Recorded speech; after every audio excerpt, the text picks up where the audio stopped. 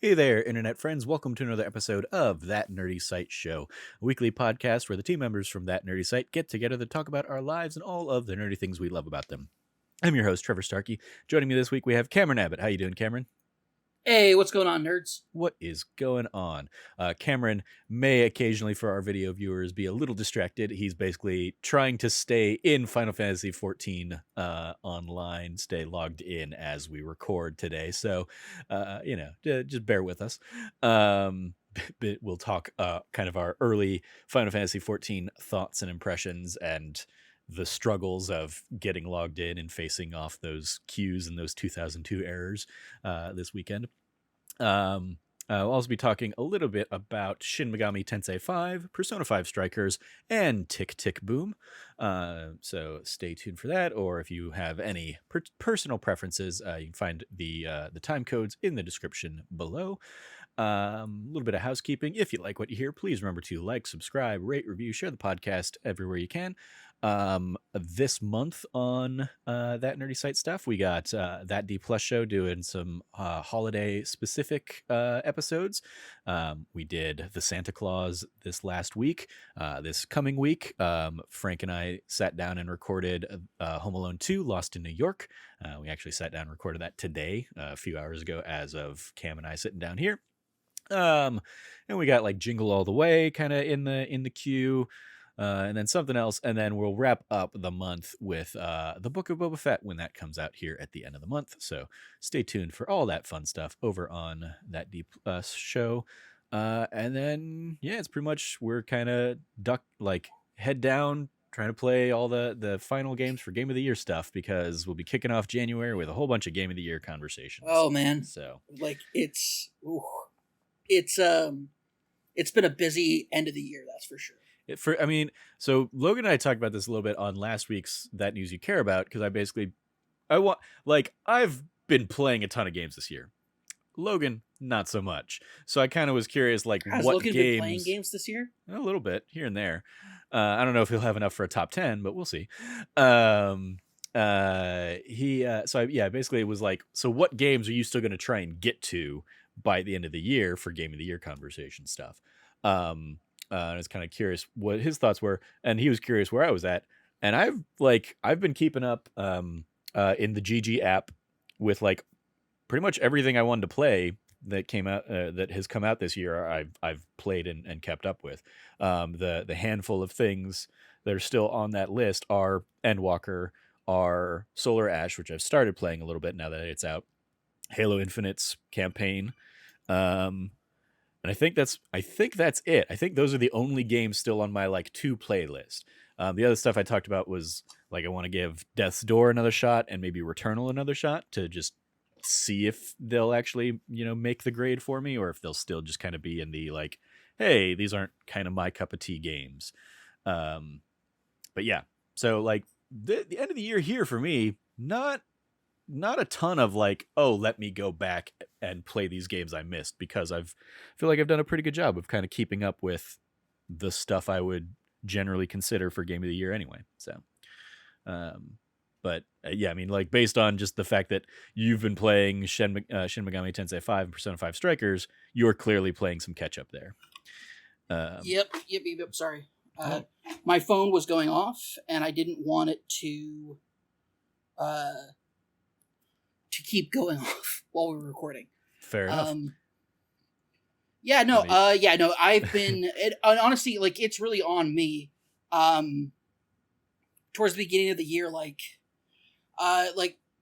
because of my job situation last year, I've had some lingering debt that I had to pay off in regards to my living situation. Mm-hmm. I live with family, and luckily they were super accommodating, but they also didn't want you're going to be making less money while you're on unemployment, but the deal was what the deal was. And so basically it was they're we're not expecting you to pay it, but you still owe it because that's part of the deal, which is fair. A landlord, a regular landlord, would never allow me to do any of that at all. So, I considered it a great deal, and so they did a really great job of keeping track of like my sister and brother-in-law had an Excel spreadsheet that kept track of everything, and so for most of the year I was paying back what I owed in back rent. Yeah. Which is, totally fair, fine. Like what I like I know that like what I pay goes to help out with like things like the mortgage, grocery bills, things like that. Like I don't go grocery shopping for myself. If I want something that is not like been ordered, or I don't ask for something, it doesn't get shopped for unless I go out and do it myself. But if I ask for something, it gets added, and it's not like itemized or anything like that. Like when I first moved in, everything was like very much a la carte, priced out, like take care of it myself. But over the last 2 years of living with them, it's kind of like homogenized into like a single thing. And so I know that like my rent has always gone towards that, as well as like just other things like taking care, like other expenses. Like, oh, this month would have been really tough, but because we had Cam's rent money, it was like Cam got paid before, this or that. And so like, I know that I've helped out quite a bit in regards to like this situation that we're living in. Especially during the pandemic and things like that, where like my brother-in-law got laid off. Yeah. And like, like a lot of people did. And so the trade-off was not keeping up with the new games every time they came out. Yeah, because I was putting money into that, and then also, and then I had other like debts and other expenses that I needed to take care of that I eventually got paid off on and taken care of for. But it was like a whole thing. So at the beginning of the year, I was not buying games that I was interested in. So I did not pick up Persona 5 Strikers. Shin Megami Tensei 5 is still like relatively new. Yeah. So like it's not that much of a big deal, but Persona 5 Strikers, I am also still going to be picking up Guardians of the Galaxy, and hopefully I can still get to Life is Strange New Colors, as well as Solar Ash is another one that I want to like drop in on and play. Mm-hmm. True Colors on Life is Strange. True Colors on Life is Strange. Yeah. You said New Colors. Oh, sorry about that. Yeah, no. Oh, good. Sorry. New Colors for me, because it's I haven't played it yet. Yeah. But. It's the crossover between Life is Strange, True Colors, and A New World. That's what it's the MMO Life is Strange game. So yeah, I guess that would just be terrible. I mean, oh gosh. I mean, it would certainly be brutal and emotionally draining, I'm sure. So I want to hear Shin Megami Tensei 5. How's that going so far? What's your history of the Shin Megami Tensei series? And how's 5 stacking up so far? So I have played Shin Megami Tensei 4. Sorry, let me rephrase that. I have watched other people play Shin Megami Tensei 4. Because it was on the 3DS, which I didn't have access to, so I never played it. But there's that one, and then I have played Shin Megami Tensei Nocturne, which is a Shin Megami Tensei game, but it was a spin-off like type game on the PS2. Mm-hmm. That was like really intense and really difficult, but like really, really cool. And yeah, so Shin Megami Tensei 5 is you are a young man and this is kind of like the really cool thing is that they've really embraced the androgynous nature of the main protagonist in this game, where it really feels more non-binary than either gendered. You are described as he, and like they describe like you're addressed like a male, and you do dress in a male's uniform, but there is a level of androgyny and non-binariness that I really just in the first I've only put in. Technically speaking, I've put in 12 hours, but I lost 2 hours because I forgot to save and then died in a really stupid way. Mm-hmm.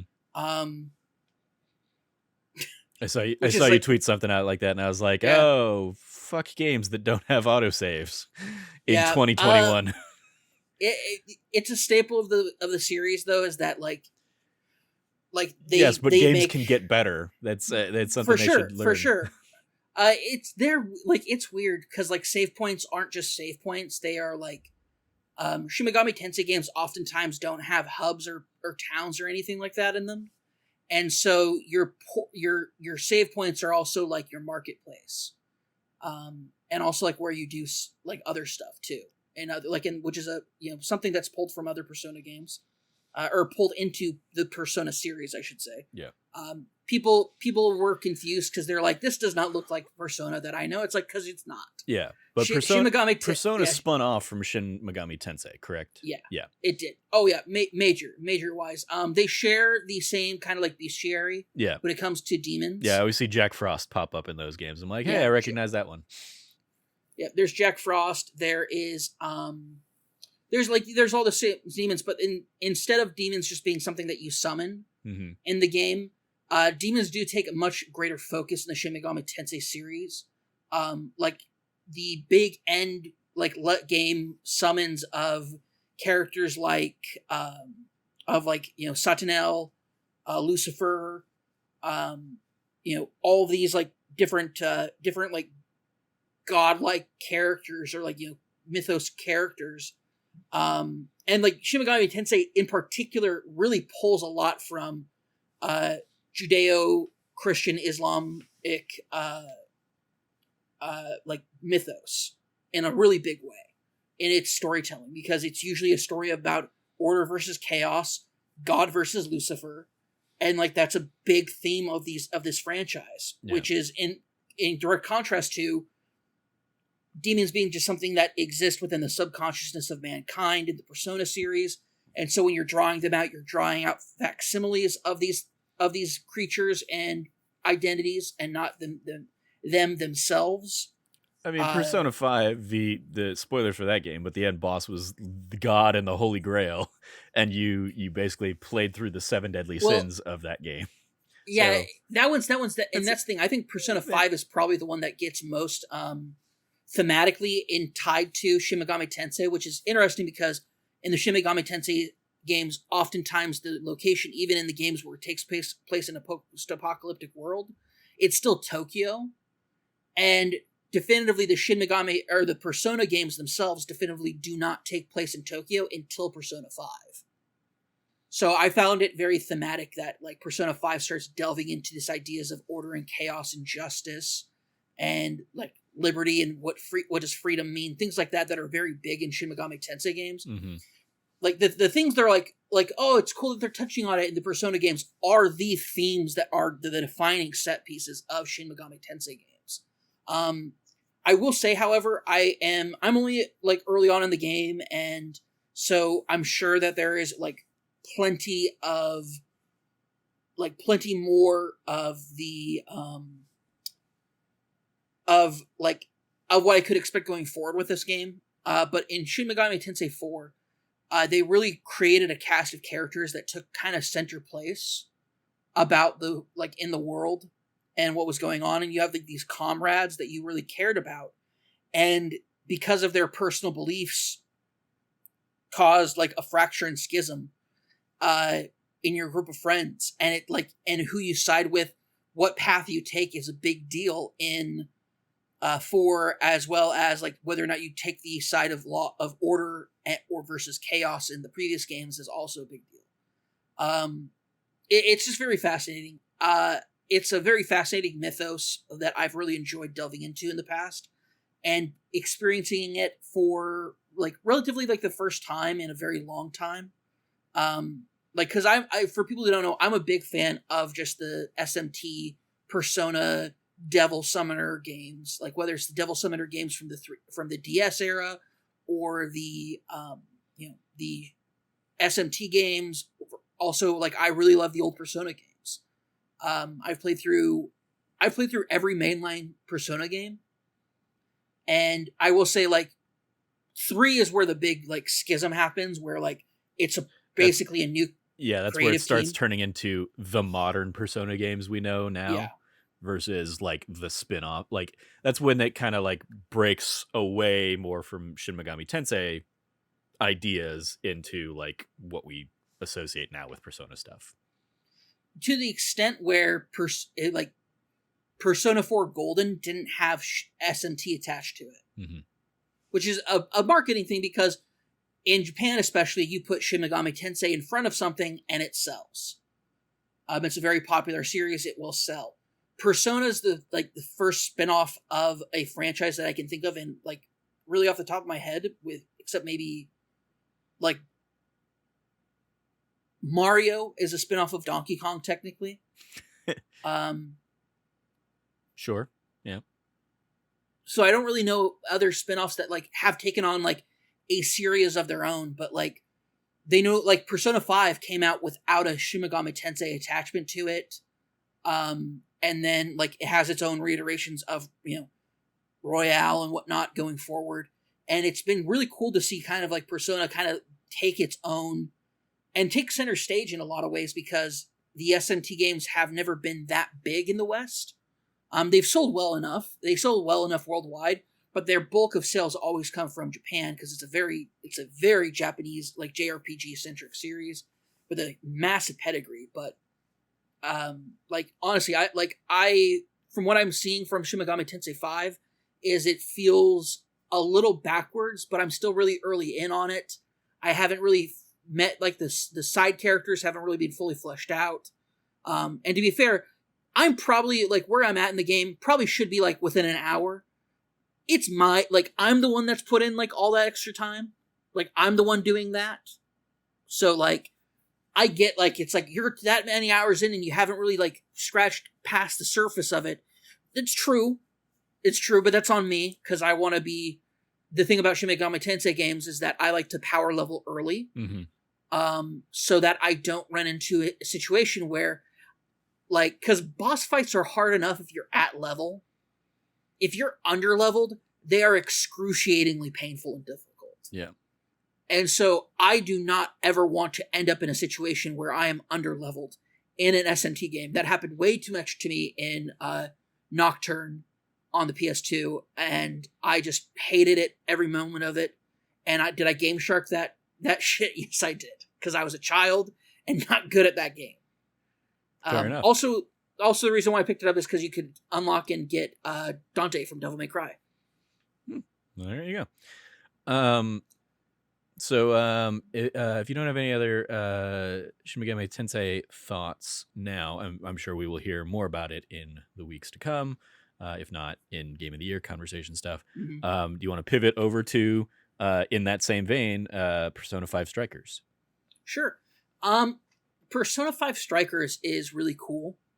It's a little obtuse in a few ways. I have not cleared the first quote unquote palace. In this game they're calling them jails, it looks like. I have not cleared out the first jail yet. But it starts off very interestingly. Like, it's interesting to see, and I've always been a big fan of whether it's the arena games or Dancing All Night for Persona 4, which takes place after the main story, and actually, in my opinion, serves as like the best conclusion to the Persona 4 characters.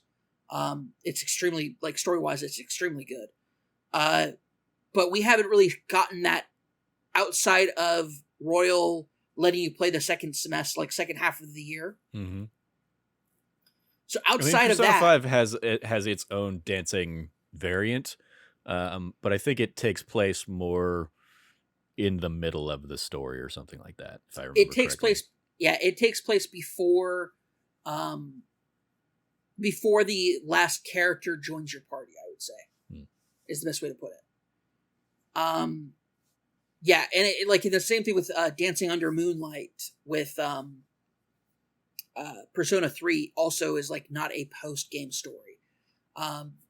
So getting a post-game story for Persona 5 is really cool.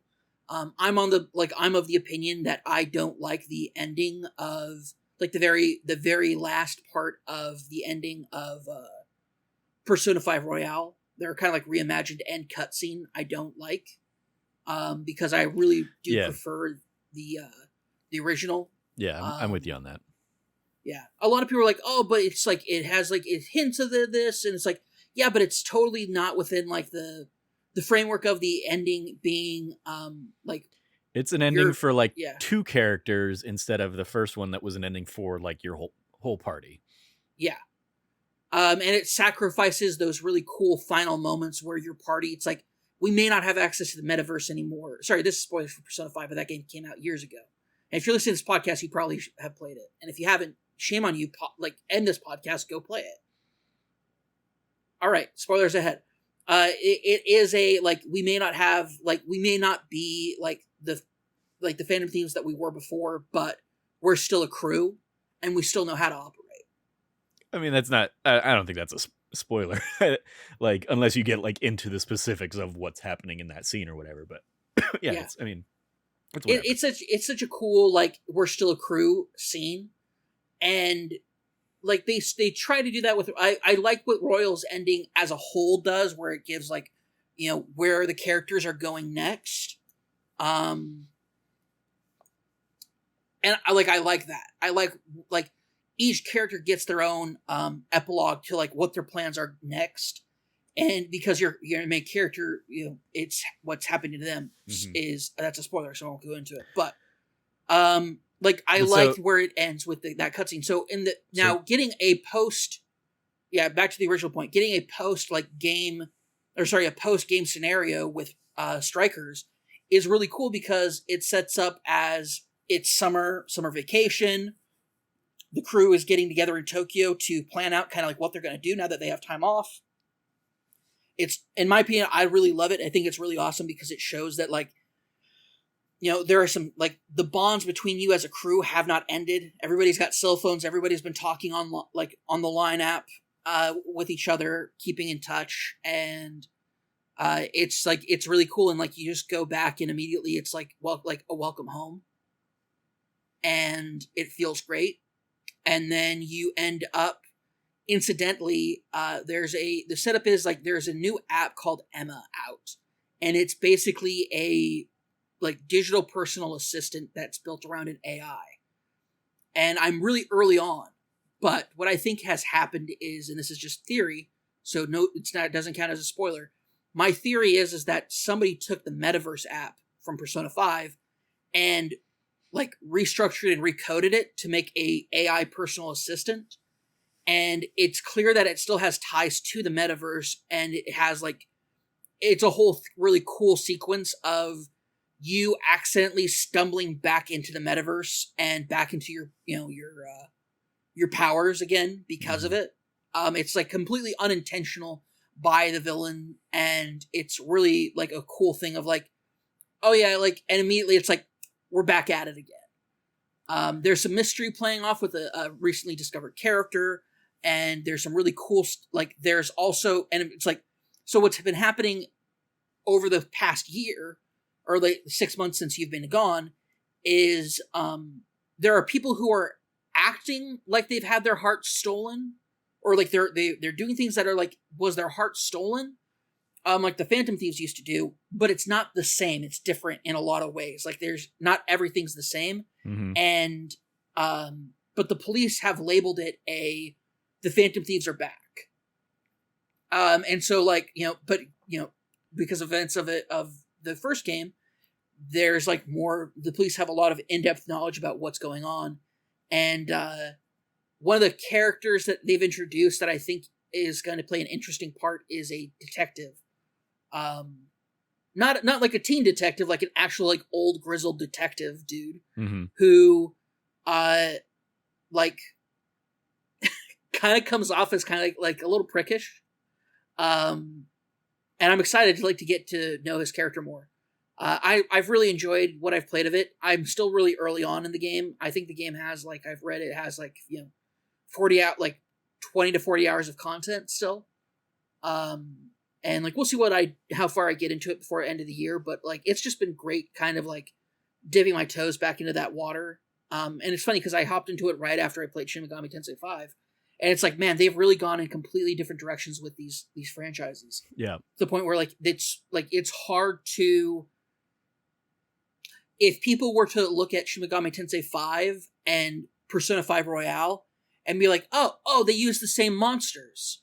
You wouldn't, like, a new person wouldn't look at that and think, oh, Persona 5 Royale is a spin-off of the original Shin Megami Tensei series. And I think, like, their DNA has changed so much in that aspect that I think is really good. I think it sets a strong precedent for where Atlas can go with these franchises, that they can kind of branch off and do their own thing.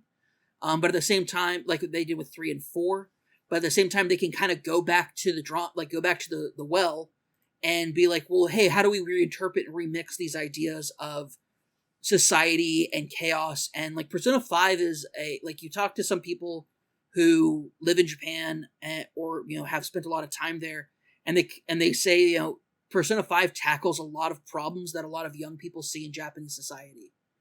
And it's really fascinating to kind of take that lens to it, about Persona being a series about social issues and problems as something that can be taken on in a supernatural way, versus Shin Megami Tensei really taking on kind of like the apocalyptic sized and like bigger concept ideas of kind of like the philosophy that they've built over the years. So I'm excited to see the future of both series. I'm excited to play through more of 5 and Strikers. Shin Megami Tensei 5 and then also Persona 5 Strikers. Mm-hmm. That's going to be confusing. Of course. A couple quick questions about, so Strikers came out, and did it incorporate does it incorporate the changes that got introduced for Persona 5 Royal? Like, for example, is Kasumi in Strikers? I have not seen Kasumi in Strikers yet. Okay. But then again, it has really focused more on the core Phantom Thieves group. Yeah. So it's entirely possible that she may not be in the game because she is technically not a Phantom Thief. Right. And then how's the gameplay shift feel from, because I mean, obviously I think what you're going to be drawn to, just knowing you, is the story and the characters of these mm-hmm. continuing on kind of their journey. And I know, I guess in particular, I'm curious because you also played Hyrule Warriors, right? Yes, I did. So yeah, I'm curious, because they're both of them kind of take the their original thing and throw it into Musou gameplay kind of mm-hmm. Style. So yeah, how does that feel with the Persona kind of wrapping? I will say it's not as I still need to play more of it, but I will say from my experience, Hyrule Warriors, I'm of course playing the sequel to Calamity version of the game. It in particular, that game, the thing about Hyrule Warriors 2 is that it is gameplay wise, it's extremely tight. Combos are really well executed, really well done. I'm not getting the thing about, and the difference between these two games is Persona 5 as a game before Strikers had a lot of systems to it. It had the gun system, the magic system, and then the physical attack system. How they are implementing it in Persona 5 Strikers is, I don't want to dig too much on it because I haven't really experienced all of it yet, but it does feel not as tight gameplay wise as Hyrule Warriors. But then again, it has to play a little bit looser because there are things about that are very Persona about it. Mm-hmm. Whether it's the magic abilities and you can stop time basically and load, basically hold down a button. It's kind of pauses things and you can kind of you'll see a section that's been grayed out of what's in front of you. And that tells you your hit box for what ability you're trying to use. Bullets are shooting in the game is not as good as I would like it to be. It kind of works itself into combos sometimes, but not all the time. You only have limited ammo. It's a whole thing that I'm just not super fond of. But that being said, I know that you can play as more than just the main character, the protagonist. And so I'm curious to see how other characters you're going to play in the game, as well as, overall. But I mean, overall, it's a Musou game. And I like that what they've done differently for this game versus Hyrule Warriors is the number of enemies that you take on in a single screen are much less than they were in Hyrule Warriors and in other Musou games that I've played. And because of that, it's cool because sometimes instead of just being shadow figures, they will turn into demons. So like I fought pixies, jack-o'-lanterns, as well as just shadow guards. Yeah. Um, So you get and that more one's you get more Persona 5 than Persona 4 Golden, where it was like, oh, like in the overworld or whatever, you're just running into ghost things. yeah. It imagine if the kind of like sneaking and like pulling masks off kind of, or like swiping out and hitting guys to initiate combat, that just kept the combat going in the Yeah. same kind of vein and fashion. And in that way, it's cool. There's also like equipment and stuff I think that you can get, so that's cool. Items that can be found in the areas that are like that you basically run around like you did in the Persona 5 dungeons, and so like that's kept intact. That's very cool. Is there like a social link component to the game where you're also like, in addition to the combat, just like in Persona, you're like building up the relationships with these party members, or is that pretty much like it's established at this point, so that's not really happening? I think at this point it's like established, but like I said, I'm very early in. I've not seen any kind of like social link mechanic set up just yet. Got it. Okay. Yeah. Cool. Any final thoughts on Shin Megami Tensei 5 or Persona 5 Strikers? Yeah, I'll have more to say, especially when we get closer to the game of the year. But like they seem to be really good quality games. I'm enjoying my time with them. I think I might put both of them on hold to power through Guardians of the Galaxy and Life is Strange: True Colors, just so that I can kind of fit those into like my inventory to choose from for Game of the Year. Fair enough. Because like I'm really interested in how Guardians is, because I've heard really great things about it, and then True Colors, of course, is like, Greg Miller's calling it his Game of the Year.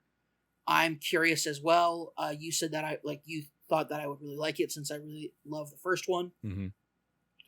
And like the second one was, I like the whole thing about like the second one though is like it's about two brothers, and whenever it's a story is about like two brothers, it really like hits home for me personally. Yeah, because I have an older brother, and so like a lot of these like dynamics aren't fictional. Yeah. Like I point to a lot of people are like, well, Delsin Rowe from Infamous 2, or sorry, Infamous Second Son is like, it's like, oh, it didn't really like feel like an emotional connection. It's like I felt deeply emotionally connected to Delsin and his relationship with his brother. Like the events that happened to those two brothers like hits like incredibly hard for me, and I was a sobbing mess when a certain point in that game happens. Yeah. So, like for me personally, so like stories like that. So like I couldn't finish Life is Strange 2 because after episode 2, it was just way too freaking emotional for me. Like I just couldn't handle how like you can only throw so much garbage at two brothers before I break down and cry. Yeah. Like it just hits way too close to home because I have a very sensitive relationship with my older brother. So fair enough. Yeah. Well, I look forward to hearing your thoughts on those as well as they come up. Yeah. So pivoting a little bit over into Filmland, I went and saw Tick Tick Boom a few weeks ago. Basically, like when it came out, I didn't realize it was like also on Netflix at the time. So I was just like, oh, Tick Tick Boom's finally out. Cool. It's probably like an art house thing. So I looked. Did not play at the Chandler Majestic that you and I like to go to, or at the Tempe Majestic, but it was playing at the Chandler one for like one screening basically per night. It was like there was a 10 o'clock like each night of that like opening weekend or whatever. So I was like, all right, I'll drive out to Chandler, go catch it 10 o'clock. And then found out like, the opening of the movie, boom, boom, Netflix film. I'm like, oh, okay. So I'll be able to watch this on Netflix. Cool. I hadn't been subscribing to Netflix for a little while, but I re-upped it so I've rewatched the movie a couple times since then. Real quick anecdote before I kind of talk about the movie itself. The server at the Majestic was very kind, and I was like the only one in the theater at that point. She's like, so do you like Bo Burnham? And I was like, I mean, yeah, but like, why are you asking me about Bo Burnham? She's like, oh, I thought this was like Bo Burnham. Like, I thought this was like in that same vein. I was like, no, not really. This is about this is a musical that the guy who wrote Rent wrote. It's kind of like a autobiographical thing, and then like Lin-Manuel Miranda, who wrote and direct and did Hamilton, like or wrote Hamilton, like he is directing this, and she's like, oh okay, and then the movie starts, and like the first song is Jonathan Larson lamenting that he's turning 30. I was like, oh my god, it kind of is like Inside. Kind of does have those like Bo Burnham feels. It is a one man show intermixed with like scenes and stuff like that. And so I was like, so with that like in the back of my mind, I'm like, oh man, this is weird. But just in general, you and I have talked many a time about Oh yeah. Rent and our evolving like relationship with Rent the musical over the years, going from like those first times you hear it as like a an artistic college student or high school or whatever, you're like, oh yeah, Bohemian Life forever, yeah, yeah, yeah. And then as we grow No, older, Trevor, I think you were always Benny. You were always on the No, side of Benny. I was no, I was not always Benny, because I was also like, we have to understand, when I first heard / saw Rent, Yeah, you were very Republican. I was a teenage neoconservative young Republican. Yeah. So Benny I didn't like, because Benny was like fooling around behind his wife's back, like what an adulterer, as like what? No, Yeah. wrong. He is wrong about everything, but so are all these commies. Mm-hmm. I looked at it and I saw a film about a bunch of entitled white children. There's absolutely that flavor as well. Yeah. And like they're like, you've been living there for how many years for free? Yeah, especially and Mark now and Maureen. It's like, okay, yeah, you guys can get away with that shit because you have money to go back to if you really, really need to. Yeah, no. So for me, that was that. And then as I got older, I was like, I just think these guys are dicks. Mm. Like they get upset that like a waiter expects them to pay a bill. Yeah. And then they break out into song and dance about how like capitalism is bad. But we're like, Bohemian and we're better. Yeah. It definitely yeah. is romantic and idyllic in a way that like as you kind of become more aware of the realities of the world, you start to really kind of like, maybe not. People who choose to be poor rather than just are poor are sometimes just like impossible to try to deal with. Yeah. And that's what Rent is. Yeah. So this is like, so Tick Tick Boom was the musical Jonathan Larson wrote before Rent, and famously Jonathan Larson like sadly and tragically passed away like right before Rent hit it big. Basically like right before the off-Broadway openings, Jonathan Larson passed away of like a freak pulmonary embolism or something like that, like freak heart condition. And so that kind of like added to the mythos of like this character, this writer, this creator taken too soon. And Tick Tick Boom is weirdly like very thematically like touches on that, in that on its surface it's him panicking about not getting his like big great work done by the time he hits the age of 30, but it's he's constantly hearing this ticking in his like a ticking clock, tick tick boom, as if like dynamite's about to explode or something like that, or if there's a countdown kind of to his creative juices. And so like knowing the tragic nature of his life, it like is significantly more thematic. Throw on top of that Lin-Manuel Miranda, who is wildly inspired by Jonathan Larson's story to kind of lead his own journey, as well as, obviously Hamilton, a character who is constantly nonstop and writes like he's running out of time. Lin-Manuel Miranda is like the perfect person to have directed the like autobiographical story of Jonathan Larson's life. So fun fact, Trevor, yeah. I didn't know Jonathan Larson died. Oh. I just heard, it's a story about the guy who wrote Rent, and I was like, that's weird, but okay. And I was reading a review of it, and then they reveal the very factual and well-known fact that he died before then.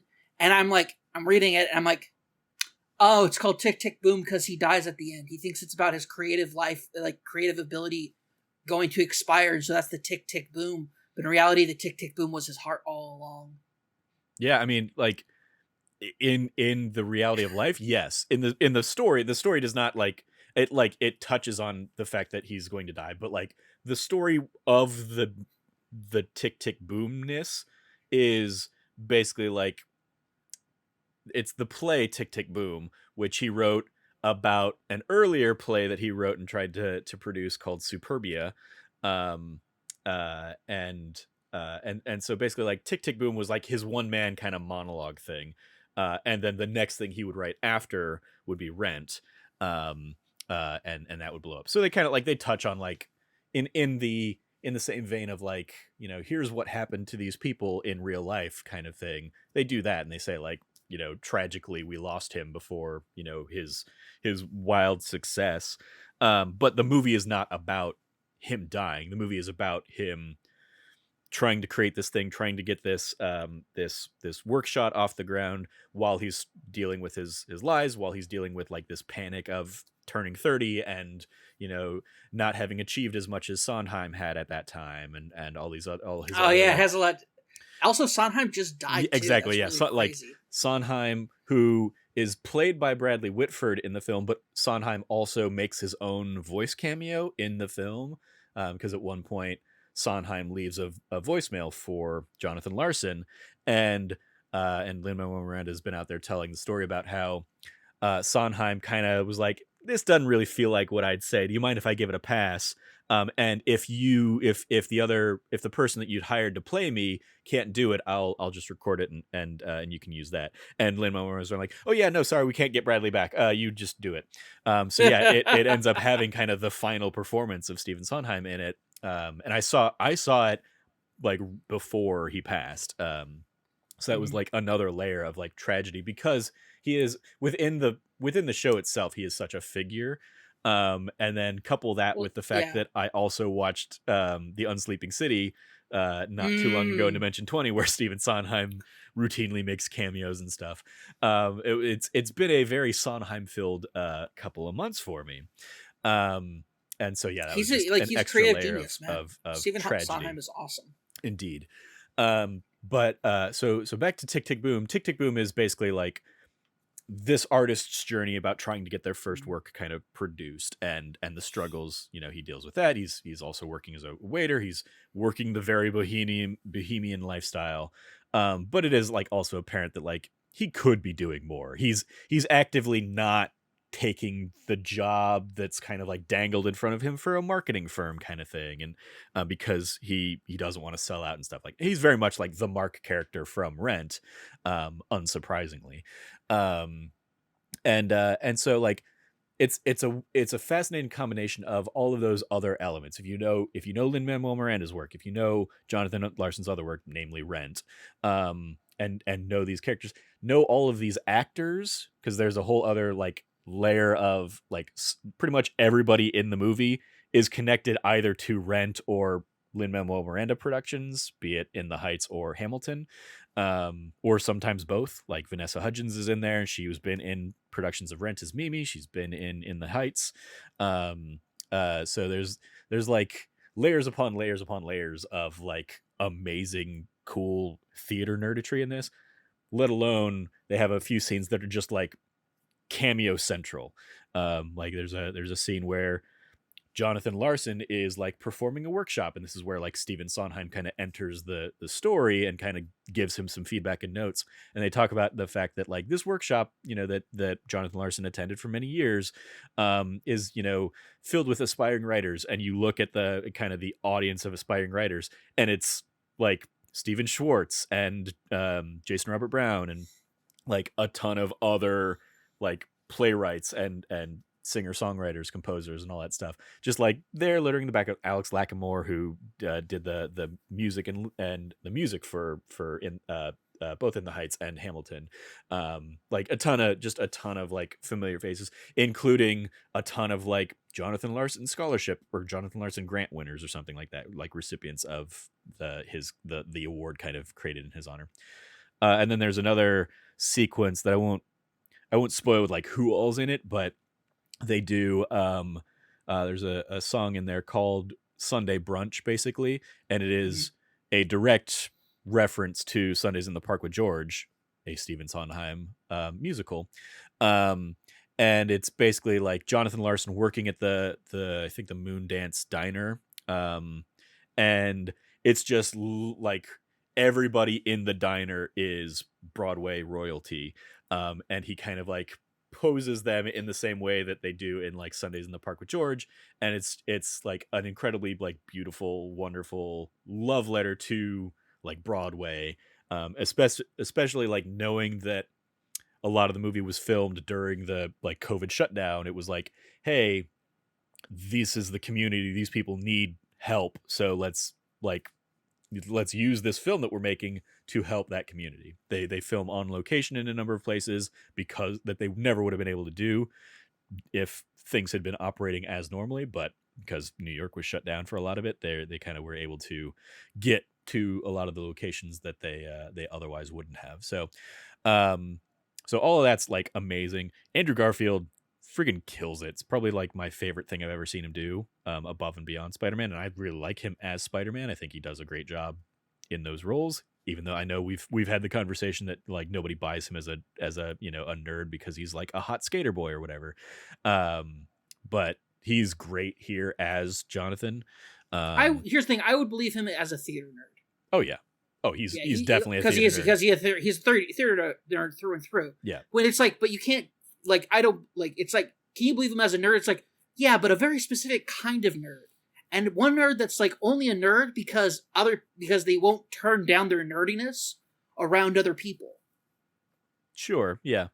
Because otherwise they're hot. Mm-hmm. I mean, yes. I also like. I mean, I don't think Peter Parker has ever. I mean, there's a weird thing to say because he's often portrayed as a, you know, teen or whatever, but I don't think Peter Parker's ever been like ugly, even in like the comics or anything like that. So you have clearly never seen the 1960s comic Peter Parker. I mean, like dude looks like just, well, he is specifically designed to be unattractive and nerdy. I mean, like he's an everyman kind of character. I don't think that's like unattractive or ugly or whatever. His everymanness came about after a very long, like the first era of Peter Parker is not an everyman. It is nerd to the nerd. All right. Which is great because he was all like, anyway, there's a lot about, I could dig into this about why Andrew Garfield, while a superior Spider-Man to Tobey Maguire, was an inferior Peter Parker. All right. And it is entirely comes down to the fact that while I want to bone Andrew Garfield, I do not want to bone Tobey Maguire. Fair enough.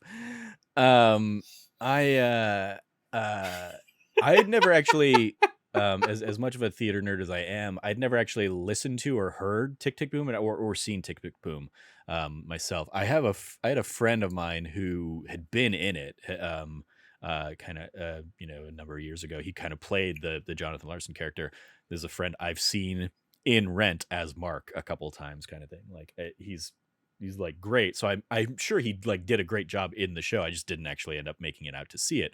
So this is my first time seeing or even hearing a lot of the music from Tick Tick Boom. And it's good. It definitely has like a lot of those like how his ideas and his themes would evolve into Rent eventually. And I think the movie does a really good job of kind of like illustrating that and showcasing that, of kind of like there's a moment in there where like he's just kind of like trying to figure out a song or something, and he starts playing like One Song Glory before he gets interrupted. And so they kind of are having a fun little idea of like, well, what if he had created One Song Glory, but then this person called him and interrupted it, and you know, how would life have changed, you know, a couple later. But clearly that song was still in the back of his head for, you know, for Rent years later. But yeah, I mean, great performances all around. I really had a great time with Tick Tick Boom. I love the amount of love put into the film, both for the subject matter, for the subject being Jonathan Larson. They almost, it's one of those cases like they talk about in one of the behind the scenes things I've seen, Jonathan Larson like recorded like on VHS his home, like his apartment, for insurance purposes. He was like worried that, you know, the house was going to burn down or something like that, and so he like wanted to make sure that all of his plays and all of his collections and stuff were like insured. So they were able to take those videos and basically like recreate his apartment to like, here's all of the books that he had on this shelf kind of in order and stuff like that. And so they really like play around with the authenticity of his life in a lot of this. Um, and yeah, it's really good. The like top to bottom again, like there's people from Freestyle Love Supreme in there all over the place. A nod to Lin-Manuel Miranda's other work and stuff. And it's just yeah, I really enjoyed it. It's one of my favorite movies of the year. It's Andrew Garfield. Like I hope he gets award buzz and love because I think he's really strong in it.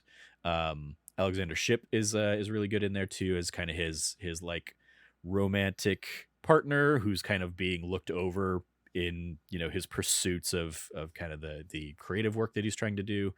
Robin De Jesus, who originated Sunny in the Heights, plays kind of like his best friend in here. He's also really good. Ton of like, and it's fascinating for me because first thing I ever saw him in was this terrible movie called Camp, which also features Stephen Sondheim and a very young Anna Kendrick. And it is camp in every possible sense of the word. And I remember just seeing that and making so much like fun of it with friends in college in my theater, friends. So to see how he is like grown from that to a movie like this, I think he's is great, and he's just wonderful in this. Not that he was bad in Camp. There were a lot of other bad elements in Camp. He was one of the shining points. Him and Anna Kendrick are like the good things I remember about Camp. Everything else is just oof. But yeah, just lots of love for Tick Tick Boom. I highly recommend it to theater fans. I mean, especially if you like Rent, or have ever liked Rent. I think it's a cool examination of the creative mind behind Rent and kind of and his earlier work that kind of led up to it. And again, like yeah, Andrew Garfield kind of blows me away in what he does with this, and the fact that this is like Lin-Manuel Miranda's like directorial debut. He does a phenomenal job with it, and I hope to see much more from him in the years to come. So let me throw it back over to you, Cam, and we'll wrap up with some Final Fantasy XIV Endwalker talk. Yes.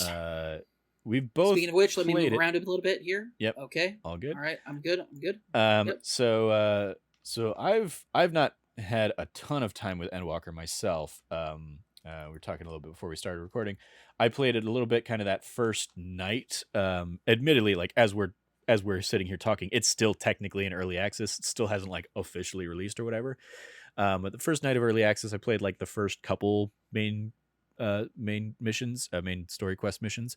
Went to like the new big hub world location kind of thing. Had a cool time with that, and I was like, okay, I'm ready to like call it a night and bounced off, got some sleep, and then I really just haven't delved back into it.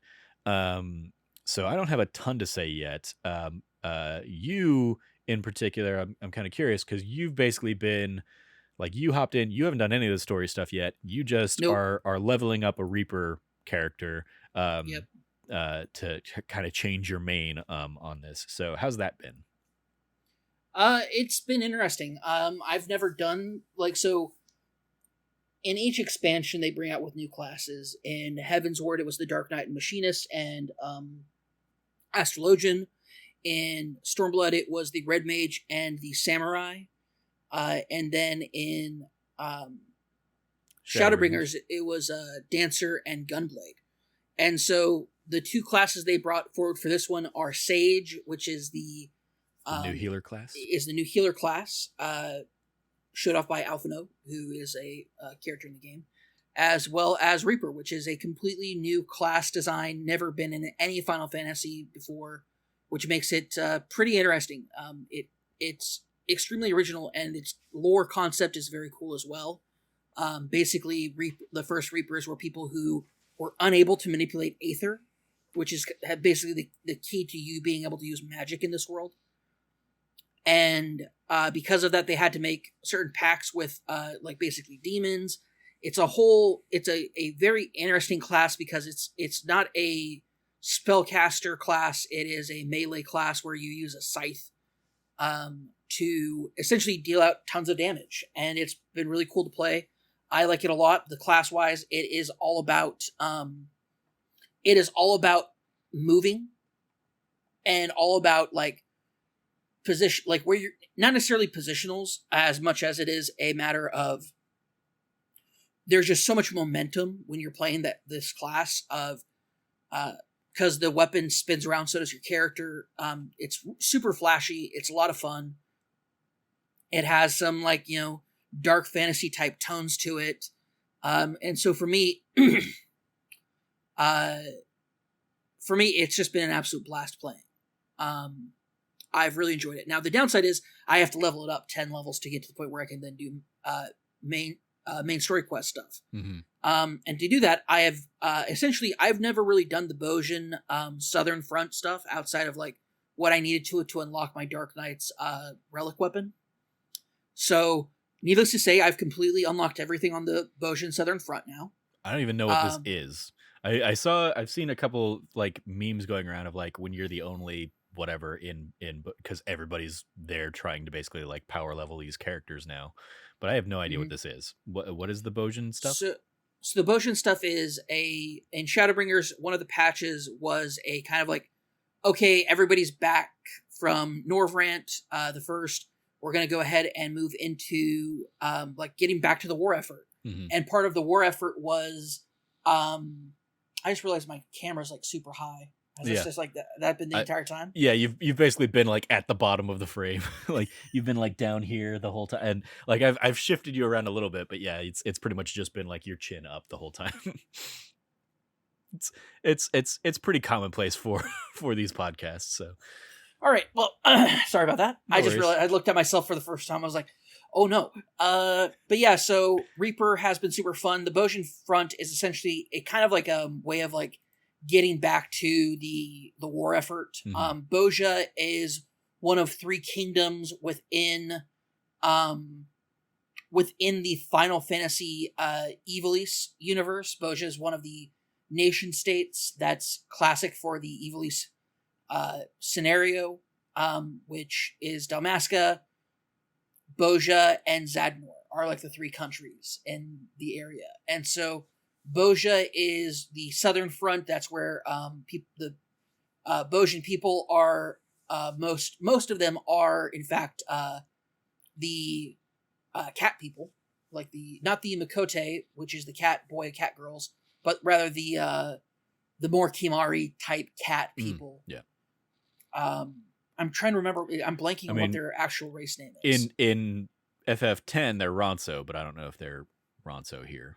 Trying to remember what their actual they have like an actual race name. Hrothgar, that's what they are. They're Hrothgar. There you go. So the Hrothgar are cat people basically, and they make up the majority of the population of Boja. It has to do with like this really cool quest line of the like the Bojin like had a like essentially it is a interesting war story about a country that's literally in ruins, like literally the entire country's in ruins, because the war has just been absolutely devastating. And so like you're running through like trenches and battlefields, and it's like it feels like a real theater of war, and it's cool in a lot of ways. It's basically a lot of fate grinding. That's all that it is there. Okay. It's like fates that are specifically designed for the area, which is the case for all fates in the areas they're in. But these ones are particular about shifting the war effort, and you're there, and you and the Queen's Blades, you're considered an honorary blade, a member of this like core group of like elite warriors, and you and the Blades basically lead the charge throughout these fates to kind of get to the point where then you can take on the local castrum and fight the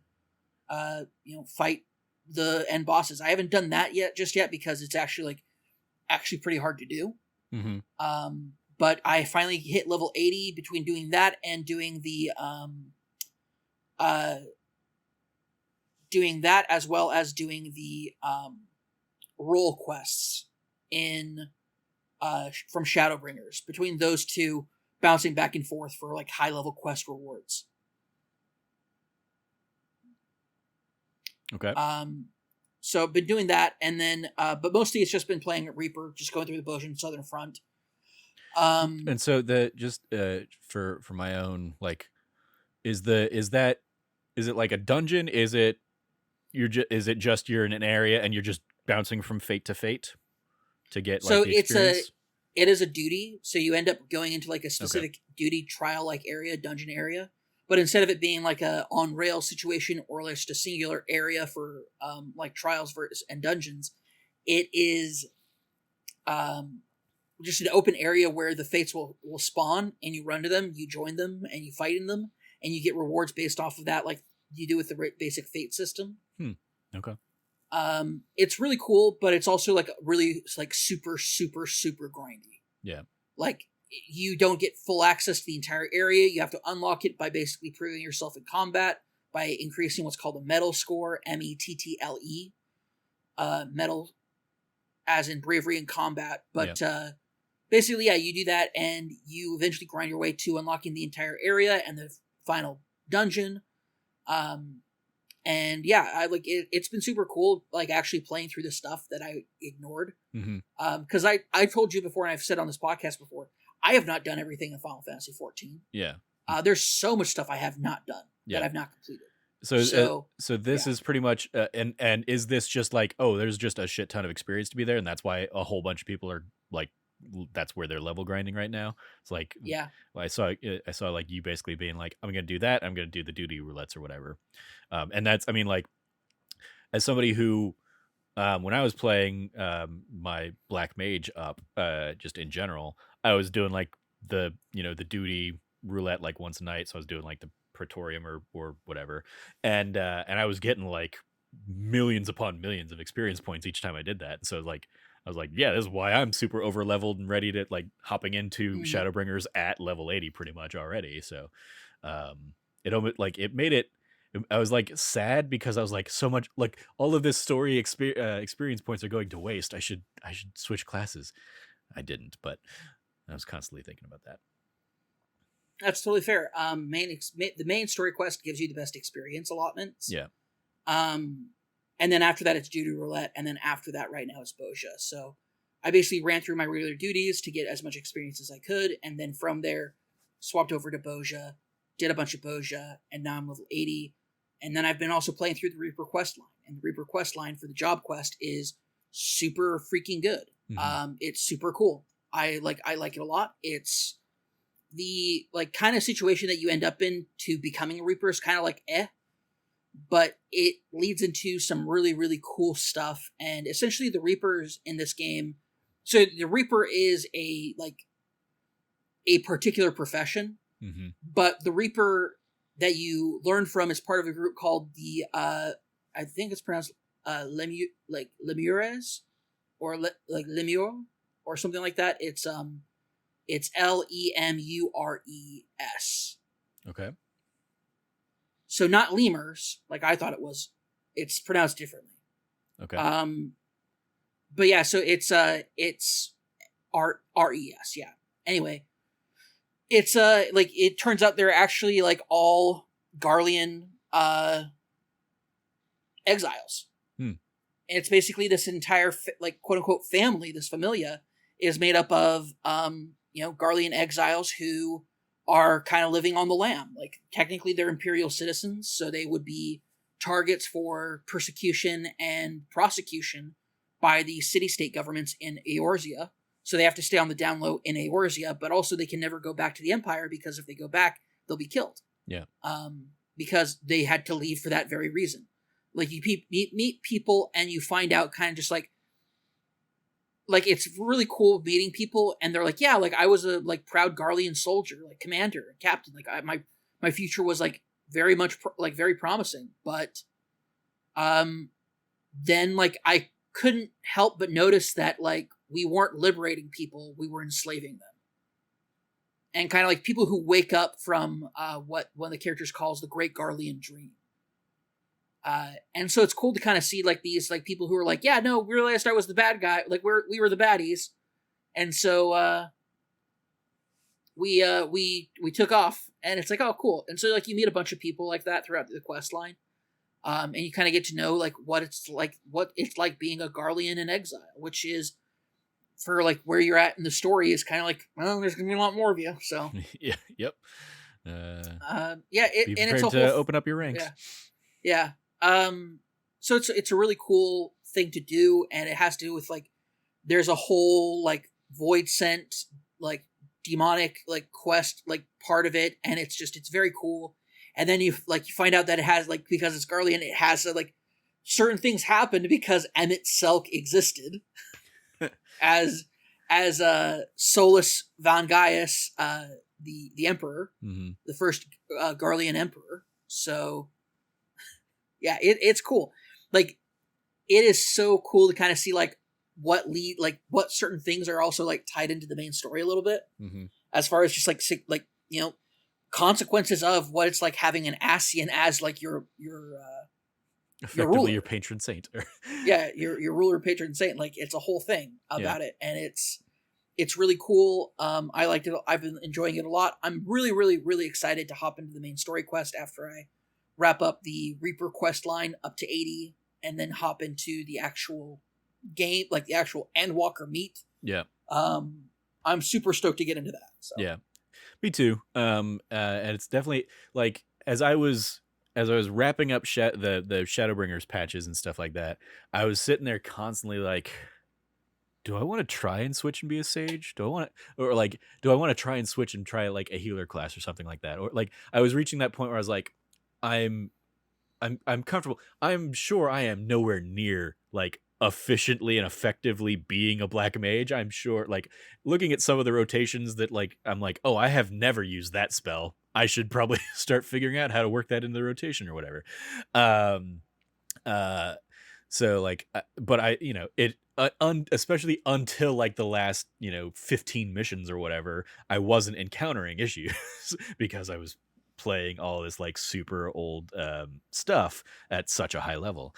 But it's very much like, I'm excited once I'm done with Endwalker at this point to be like, okay, do I want to try and go back and try being a tank again? Do I want to like try braving that? Now that I know these dungeons, I still would need to like figure out what I need to do as the tank in them, but like that's another like flavor. Or just like, maybe I'll switch to just a different DPS. Try, instead of a ranged spellcaster, maybe I'll try like a ranged melee or something like that, or just melee DPS.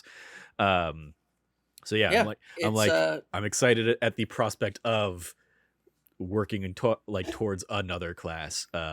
Once Endwalker is all done and wrapped up here, as especially because I feel like normally I have like that January, February slot where I'm like, I'm looking for something to play, and I've got the thing to play. It'll just be like replaying a whole bunch of stuff in Final Fantasy XIV and playing a whole bunch of those other quests and stuff that I have not delved into. But so in order to prepare for Reaper, I leveled up Dragoon to level 60. yeah. In order to get like what's it like being a DPS player. Mm-hmm. And I got that, and honestly I will say it was extremely useful. Yeah. I did not like, I have hopped into healer classes at level 30. And honestly, you can't, like, the experience you get from like building your rotation up to level 60, or in my case, like with my like, so for example, like Dark Knights, you start at level 30. Like you literally retroactively go back not 10 levels, but 20 levels from when you can unlock the class. And it's a big ask. That's the same thing for Machinists. It's a big ask in comparison to the other new classes that came out. That being said, the way that you build Machinist and Dark Knight and Astrologian is the same way. And makes you feel completely different than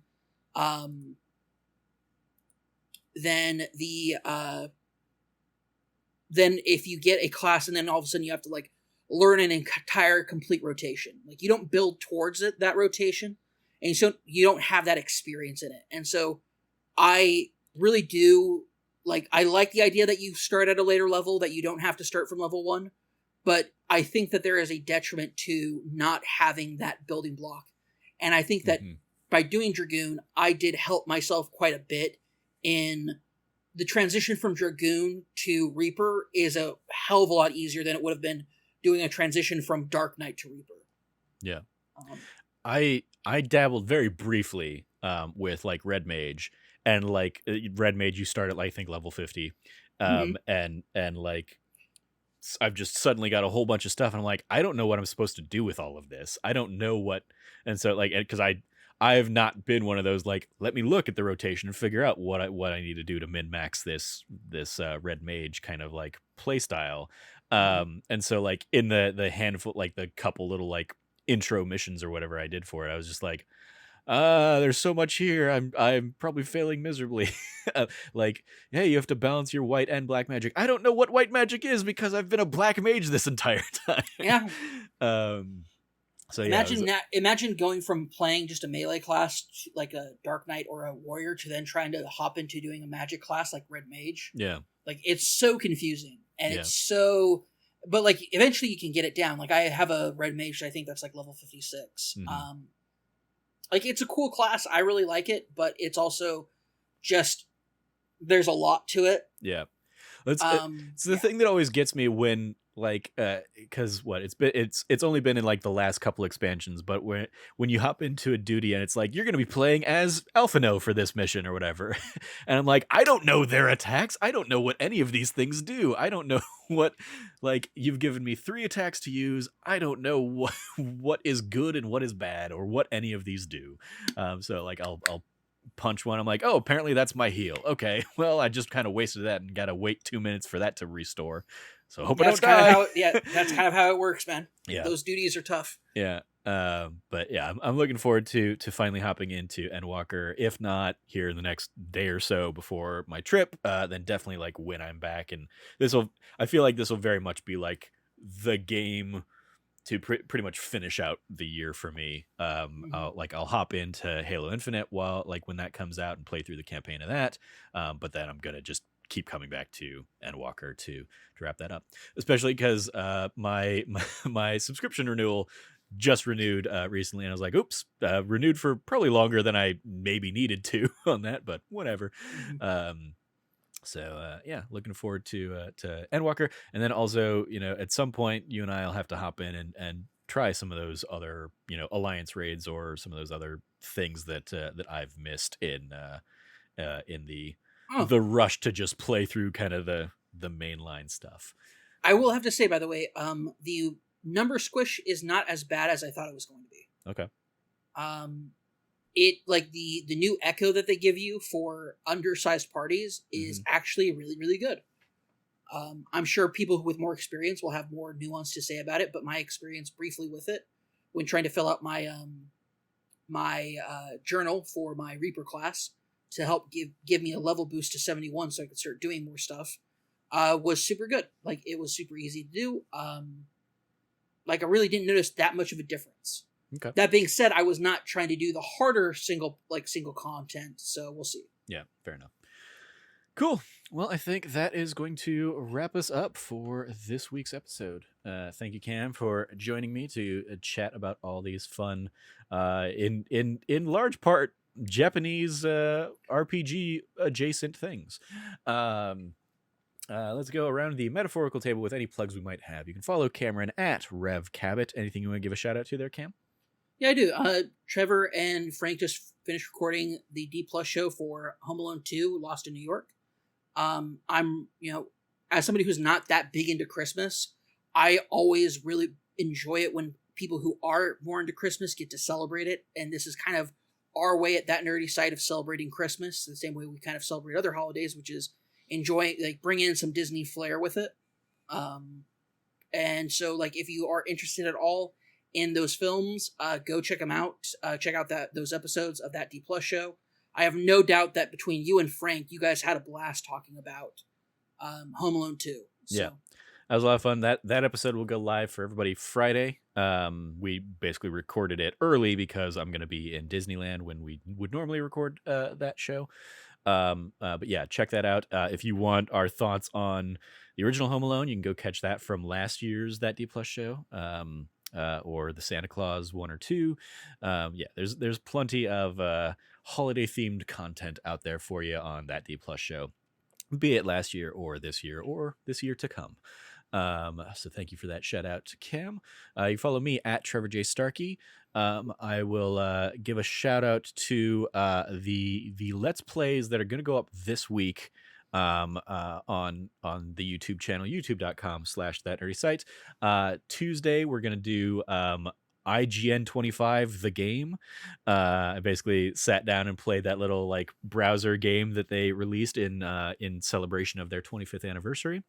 So you can catch out a full playthrough of that. Will go up on Tuesday, and then Thursday is me playing the opening half hour, 45 minutes or so of Solar Ash, a game that is like part pathless, part Mario Galaxy almost, and then has a lot of Shadow of the Colossus in there, alongside like a art style of I'm pretty sure from the team behind Hyper Life Drifter. So lots of cool little elements in that are definitely working for me so far from what I've played of it. So you can go check that out this week on our YouTube, youtube.com/thatnerdysite.